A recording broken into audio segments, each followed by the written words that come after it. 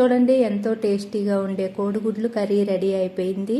మరి నేనైతే కాస్త గ్రేవీగా దింపుకున్నాను. మరి మీకు ఇంకా దగ్గరికంట కావాలి అనుకుంటే మాత్రము కాస్త మళ్ళీ ఒకసారి స్టవ్ పై పెట్టుకుంటే కాస్త దగ్గరికంటే ఎగిరిపోతుంది. నాకు గ్రేవీ కావాలి కాబట్టి ఇలా అయితే తయారు చేసుకున్నాను. చూడండి ఎంతో కలర్ఫుల్గా ఎంతో టేస్టీ అయిన కోడిగుడ్డు ఆనియన్స్ కర్రీ రెడీ అయిపోయింది. మరి చాలా టేస్టీగా ఉంటుంది ఈ కర్రీ.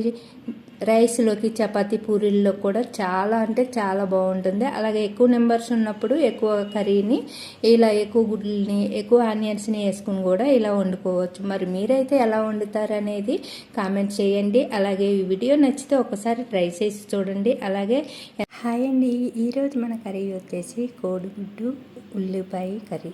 ఈ కోడిగుడ్డు ఉల్లిపాయ కర్రీ చాలా ఈజీగా చాలా టేస్టీగా, అలాగే మనకి ఏమీ లేనప్పుడు కూడా ఇలా ఈజీగా తేలిగ్గా చేసుకునే ఈ కోడిగుడ్డు కూరకి ఏమేమి కావాలనేది చూసేద్దాం. 2 పెద్ద సైజు ఆనియన్స్, 4 కోడిగుడ్లు, పోపు దినుసులు, ఆవాలు, జీలకర్ర, కొద్దిగా మినపప్పు, అలాగే 1 స్పూన్ కారం, 1 స్పూన్ సాల్ట్, చిటికెడు పసుపు, చిటికెడు గరం మసాలా, 2 పచ్చిమిర్చి, 2 రబ్బల కరివేపాకు. ఇంతేనండి, చాలా ఈజీగా తయారు చేసుకోవచ్చు. ఇప్పుడు కోడిగుడ్లను ఉడకబెట్టి ఇలా అన్నీ రెడీ చేసి పక్కన పెట్టుకోవాలి. ఇప్పుడు ముందుగా నేను కుక్కర్ గిన్నెలో రెడీ చేస్తున్నాను కాబట్టి కుక్కర్ గిన్నె ఇలా స్టవ్ పై పెట్టి స్టవ్ ఆన్ చేసుకుని 2 టేబుల్ స్పూన్ల ఆయిల్ వేసుకోవాలి. ఆయిల్ వీటెక్కిన తర్వాత మనము కోడిగుడ్లలోకి ముందుగానే కొద్దిగా పసుపు, కారం, కొద్దిగా సాల్ట్ ప్లేట్లోకి వేసుకుని ఇలా కోడిగుడ్డుకి మొత్తం అంతా కలిసేటట్టు ఇలా బాగా పట్టించి, ఇలా బాగా పట్టిన కోడిగుడ్లని ఇలా వీటెక్కిన ఆయిల్లో వేసి అంటుకోకుండా కలుపుకోవాలి. ఇలా మంట అనేది సిమ్లో పెట్టుకుని ఇలా నెమ్మదిగా ఇలా గుడ్లు గిన్నెకి అతుక్కోకుండా ఇలా బాగా కలుపుకుంటూ బాగా ఫ్రై చేసుకోవాలి. మనము పసుపు ఒకటే వేస్తేమో పచ్చగా ఫ్రై అవుతాయి కదా, మనకి కొంచెం కలర్ రావాలనుకున్నప్పుడు కొద్దిగా కారం వేసామనుకుంటే గుడ్లు వేగిన తర్వాత కాస్త కలర్ అనేది వస్తుంది. మరి గుడ్లను బాగా ఎక్కువ ఫ్రై చేయకుండా కొంచెం గోల్డ్ కలర్ వచ్చిన తర్వాత మనం తీసేసుకోవాలి. మరి ఎక్కువ ఫ్రై చేసారనుకోండి కలర్ కోసము మనం తినేటప్పుడు అవి పైన తొక్కలాగా కాస్త గట్టిగా అయిపోతుంది. కాబట్టి మనము కాస్త గోల్డ్ కలర్ వచ్చిన తర్వాత మనము వేరొక ప్లేట్లోకి మళ్ళీ తీసేసుకుందాము. చూడండి ఇక్కడ చూపిస్తున్న విధముగా ఇలా కాస్త మంట చిన్నగా పెట్టుకుని సిమ్లో పెట్టుకుని మీడియంలో కానీ ఇలా పెట్టుకుని ఇలా కాస్త కలుపుకుంటూ వేపించుకోవాలి. మనము కలపడము కాస్త లేట్ అయినా సరే మనకి ఈ గిన్నెకి అనేది అతుక్కుపోతాయి గుడ్డు. ఈ పొరలో ఇంకా అతుక్కుంటే కాస్త మంచిగా అనిపించదు కదా, మనకి గుడ్డు చూడడానికి బాగా రావాలంటే ఇలా కాస్త కలుపుకోవాలి. ఇప్పుడు అదే ఆయిల్లోకి మనము ముందుగా కట్ చేసి పెట్టుకున్న 2 పచ్చిమిర్చి, 2 రబ్బల కరివేపాకు, అలాగే పోపు దినుసులు, ఆవాలు, జీలకర్ర, మినపప్పును కూడా వేసి వేపించుకోవాలి. ఇక్కడ నేను ఎల్లుల్లిపాయల పేస్ట్ వేయలేదండి.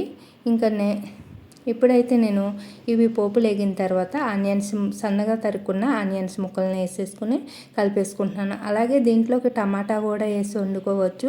ఇప్పుడు నేనైతే టమాటా కూడా ఏమీ వేస్తలేదండి, ఉట్టు ఆనియన్స్ కోడిగుడ్డు కర్రీనే ఇలా చేస్తున్నాను సింపుల్గా. మన ఇంట్లోకి మరి టమాటాలు అవి లేనప్పుడు అయ్యో టమాటా లేదు అని కంగారు పడకంటే ఇలా మన ఇంట్లో ఉన్న వాటితోనే ఇలా ఈజీగా టేస్టీగా ఉండే కోడిగుడ్డు కర్రీని రెడీ చేసుకోవచ్చు. మరి ఇలా బాగా కలుపుకుంటూ మనము ముందుగానే కాస్త కారము, సాల్టు, ఇంకా పసుపు వేసి గుడ్లు వేపించుకున్నాం కదా, అందుకని చెప్పి మనకి ఆనియన్స్ ఇలా ఎర్రగా కనిపిస్తున్నాయి అన్నమాట.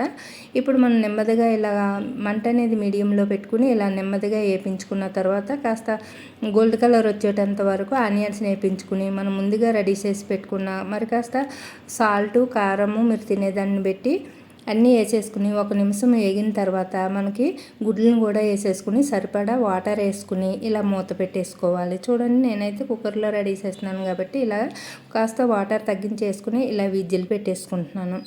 ఇలా పెట్టుకున్న తర్వాత మనకు ఒక 3 విజిల్స్ కానీ 2 విజిల్స్ కానీ వచ్చేటంత వరకు ఉంచుకుని మనము స్టవ్ అనేది ఆపేసుకోవాలి. ఇప్పుడు మనకి స్టవ్ ఆపేసుకున్న తర్వాత మనము ఒక ఆవిరిపోవడానికి ఒక 2 మినిట్స్ టైం అనేది పడుతుంది. చూడండి ఇలా 3 విజిల్స్ వచ్చేటంత వరకు అయితే నేనైతే ఉంచుకున్నాను.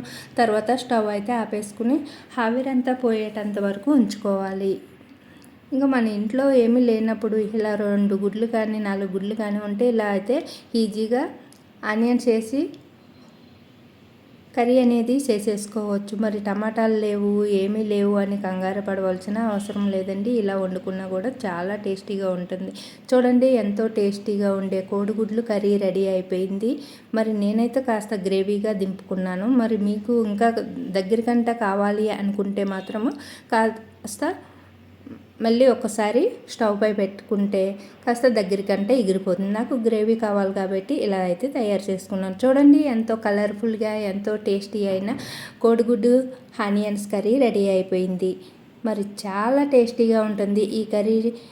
రైస్లోకి, చపాతీ, పూరీల్లో కూడా చాలా అంటే చాలా బాగుంటుంది. అలాగే ఎక్కువ నెంబర్స్ ఉన్నప్పుడు ఎక్కువ కర్రీని ఇలా ఎక్కువ గుడ్లని ఎక్కువ ఆనియన్స్ని వేసుకుని కూడా ఇలా వండుకోవచ్చు. మరి మీరైతే ఎలా వండుతారు అనేది కామెంట్ చేయండి. అలాగే ఈ వీడియో నచ్చితే ఒకసారి ట్రై చేసి చూడండి. అలాగే ఎంతో ఈజీగా ఎంతో టేస్టీగా చేసుకునే ఈ కర్రీకి 15 మినిట్స్ పడుతుంది. మరి ఈ వీడియో నచ్చితే లైక్ చేసి షేర్ చేసి మన ఛానల్ని సబ్స్క్రైబ్ చేసుకోండి.